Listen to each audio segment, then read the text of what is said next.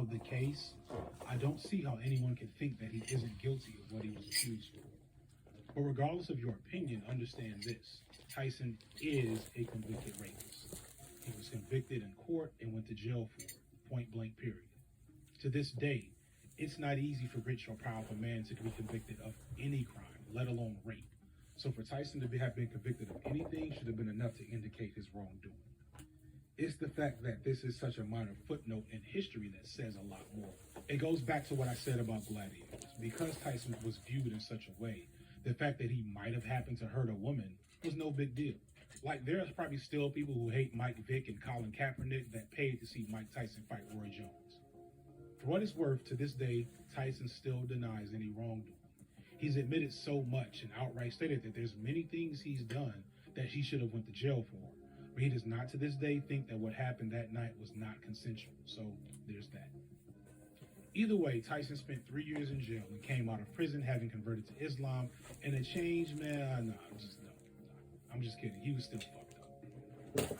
Tyson says that he was just as bad in jail as he was out of it, having even gotten a female prison guard pregnant while he was inside. People that know him say he came out more unhinged despite being surrounded by the NOI, who normally add a layer of structure wherever they go. They were an overall upgrade in terms of security around Tyson, but the reality is that he was still a sex and drug addict, still unstable, still being managed by Don King, and as a byproduct of that, accruing significant debt. Despite returning to the ring not long after being released, Tyson was spiraling worse than before. He continued fighting, mostly in his eyes, to get paydays. He had long since lost the passion for the sport. And boxing analysts will tell you that he wasn't the same fighter skill-wise. His aura of invincibility had deteriorated, and although he put away a few scrubs that were served up to him as appetizers, he struggled to put away Riddick Bowe and lost twice to Evander Holyfield. The second one being a disqualification after the infamous incident where in front of millions we watched as our id, at its most unhinged, bit a clear chunk off Evander Holyfield's ear and spat it out on the canvas. I was old enough to watch this with a sense of my own superego, and I remember for myself, along with most people, that this event, not the rape case, but this second embarrassing and fantastic loss was the moment that Tyson lost the heart of the people. Despite losing his license to box, Tyson made it back to the ring for a few more wins before being knocked out by Lennox Lewis in 2002. This third loss against a fellow boxing legend in the same phase of their career finally irreparably destroyed Tyson's legendary status in the culture. For that short time while Tyson was in prison, Lennox Lewis, Evander Holyfield, and Riddick Bowe bounced around the title of top guy. But the whole time, the whole world was still in love with Mike Tyson. They would say stuff like, "Wait till Mike get out of jail," or "You just holding that till Mike come back." But after struggling with Riddick and losing to both Holyfield and Lewis, the id was fractured, leaving Tyson to fend for himself, broken physically, psychologically, and economically. He was no longer the nation's id. His violent and destructive ways were no longer an entertaining byproduct of his destructive and violent ring persona. His gladiator status revoked, he was just another brute. This period began the sideshow portion of Tyson's career. Tyson's last professional fight ended when he refused to come out from his own corner. Tyson struggled with his weight, popped up with his infamous face tattoo, and had multiple run-ins with the law. Tyson also lost his 4-year-old daughter in a freak accident in his home while he was away. At her home in Phoenix, police there say Exodus Tyson was pronounced dead just before noon.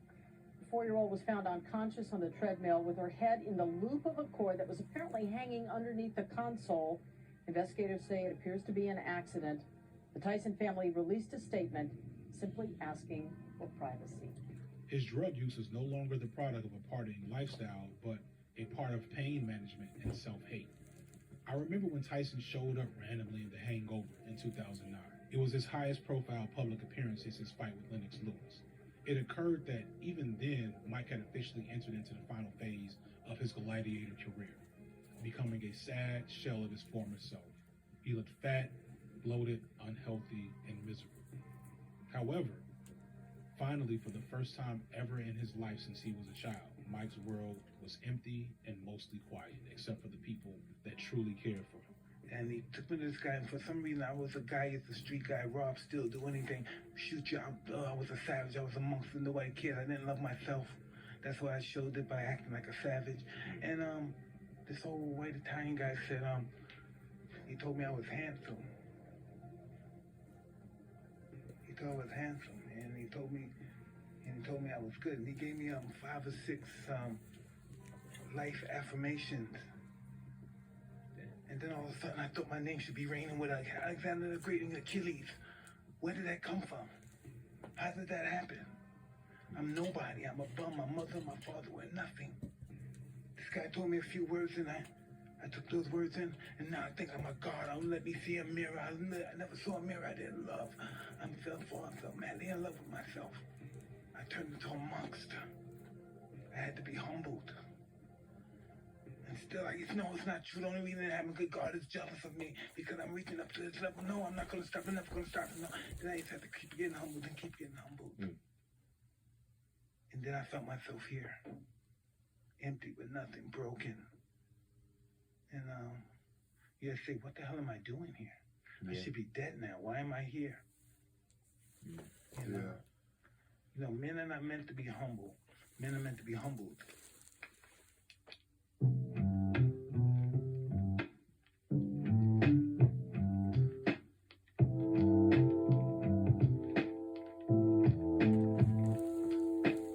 By the mid-2000s, Tyson was done with boxing, suing Don King for $100 million and himself over $60 million in debt. He had no plans on fighting again professionally, but hoped to have his boxing career somehow carry him out of debt.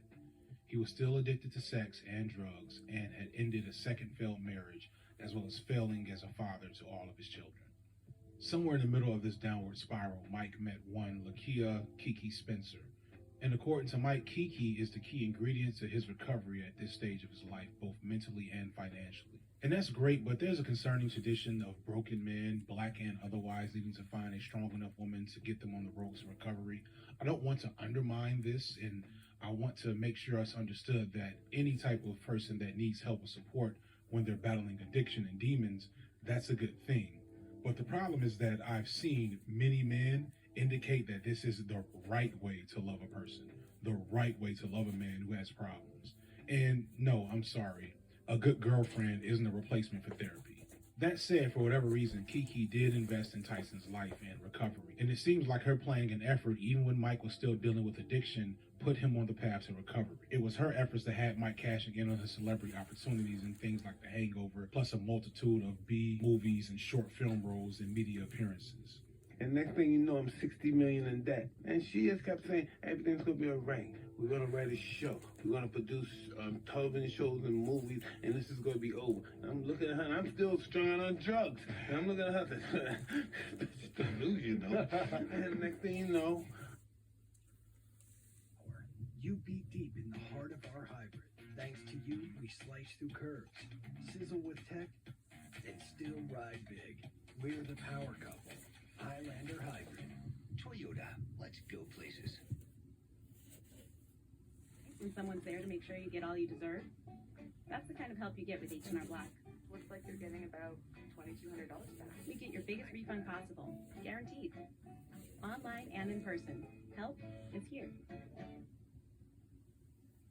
kept paying a little bit at a time, make some money. I kept paying him. Slowly, Mike began to whittle down his debts and work on his demons. You see this in the way he managed his public appearances. For example, here's an interview from 2010 while Tyson was still dealing with addiction, and he speaks through his discomfort and frustration on how the old him would have responded differently to an interviewer that was kind of being an asshole. You're a different person now, aren't you? I don't know if I am or not. I don't want to be the person I was, but I don't know. Change comes in time. Change comes really in time. You're irritating me now. I guess I did change because I'm not assailing you, but you're irritating me right now because I feel that you're evoking stuff from the past. That stuff is 15, 20 years ago. But it's made you. In 2013, Tyson debuted his one-man stage play, The Undisputed Truth, written by Kiki and directed by Spike Lee. The reviews I read online range from looking at it as an odd sideshow to an ugly reification of all of Tyson's problems, especially with women, to a triumphant and raw examination of Tyson's difficult life. For the first time ever, it humanized the beast in the eyes of the public and put the reality of his demons out there on full display. It was very successful and helped reframe Tyson from being this sideshow oddity to this mercurial, almost guru-like figure who is able to reflect on his lived experience and offer wisdom. You hear him constantly speaking to this concept of knowing himself and dropping little jewels of insight that are maybe only possible from a person who's lived so much life.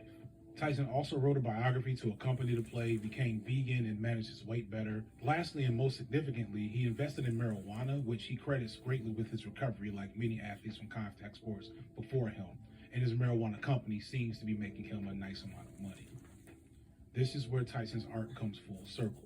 Having lost it all, friends, partners, millions, fame, and the respect of his children, along with a child. Tyson, at bottom, was lucky enough to have a partner with a vision for his recovery and the will to make it happen. Also, let's recognize why Tyson was so successful in this late career transition.